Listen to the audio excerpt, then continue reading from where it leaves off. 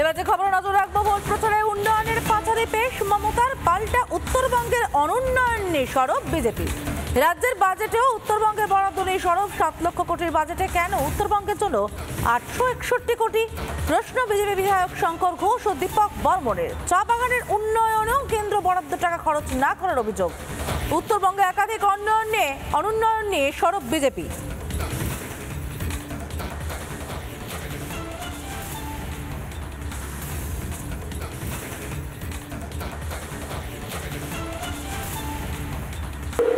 আর আমার জীবনে যে কাজটি আমি করে গিয়েছিলাম সেটা হচ্ছে 1 লাখি গাজল, এই ট্রেন লাইনটা আমি করে দিয়েছিলাম এবং আমার সময় হয়েছিল। এটা আপনাদের কাছে একটা নতুন ফলক যুক্ত হয়েছিল। আগে এখানে খুব বন্যা হতো, মনে পড়ে সেসব দিনগুলোর কথা। আমি খুব আসতাম এবং দেখাও হতো সকলের সাথে, ভালোও লাগতো। আজকে আমি সকলকে বলি, আমি আজকে আপনাদের জন্য, আমি ভোট চাইবার জন্য আসিনি। কিন্তু শঙ্কর ঘোষ, দীপক বর্মনরা প্রশ্ন করছেন 7 লক্ষ কোটির বাজেটে কেন উত্তরবঙ্গের জন্য মাত্র 861 কোটি? কি প্রশ্ন তুলছেন তারা? শুনুন দীপক বর্মনের বক্তব্য।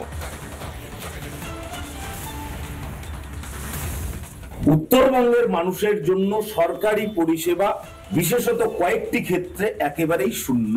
পশ্চিমবঙ্গ সরকার সাধারণ মানুষকে কোন দৃষ্টিতে দেখে যে যার জন্য সাধারণ মানুষের পরিষেবার জন্য সরকারি কোনো হাসপাতালে এই ধরনের ডাক্তারগুলো নেই।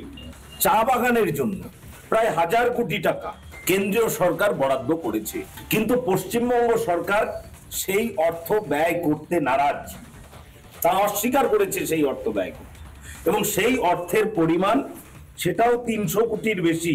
শিলিগুড়িতে রিং রোড তৈরির জন্য তারা 3500 কোটি টাকা বরাদ্দ করেছে, কিন্তু সেই রিং রোড কবে বাস্তবায়িত হবে সেটাও কিন্তু এখনো সম্পূর্ণ নয়। চা বাগানের উন্নয়নেও কেন্দ্র বরাদ্দ টাকা খরচ করেনি রাজ্য সরকার, প্রশ্ন করছেন বিজেপি বিধায়কেরা। বিধায়ক শঙ্কর ঘোষ তিনি কি বলছেন শুনবো।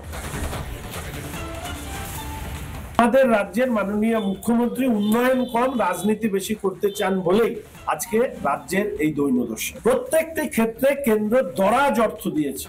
দুর্ভাগ্য হচ্ছে যুক্তরাষ্ট্রীয় কাঠামোর ক্ষেত্রে কেন্দ্রের সরকারের টাকা রাজ্যের সরকারের মাধ্যমে খরচ হয়, এটাই নিয়ম, পরবর্তীকালেও এই নিয়মই থাকবে। ফলে সেই জায়গায় রাজ্যের সরকার প্রতিবন্ধকতার কাজ করবার চেষ্টা করেছে। আর সামগ্রিক রাজ্যের ক্ষেত্রে আমি শুধু বলবো, উত্তরের মানুষ পথ দেখাচ্ছে, নিশ্চিতভাবে সারা রাজ্যের মানুষও এই নির্বাচনে সেই পথে হাঁটবে এবং এই রাজ্যে মাননীয় প্রধানমন্ত্রীর আশীর্বাদ ধন্য রাজ্যের সরকার প্রতিষ্ঠিত হবে। নানা ধরনের কন্টেন্ট দেখার জন্য লাইক করুন, শেয়ার করুন আমাদের ফেসবুক পেজ, সাবস্ক্রাইব করুন আমাদের ইউটিউব চ্যানেল। পাশাপাশি অন্যান্য ব্রেকিং নিউজের জন্য অবশ্যই চোখ রাখুন রিপাবলিক বাংলায়।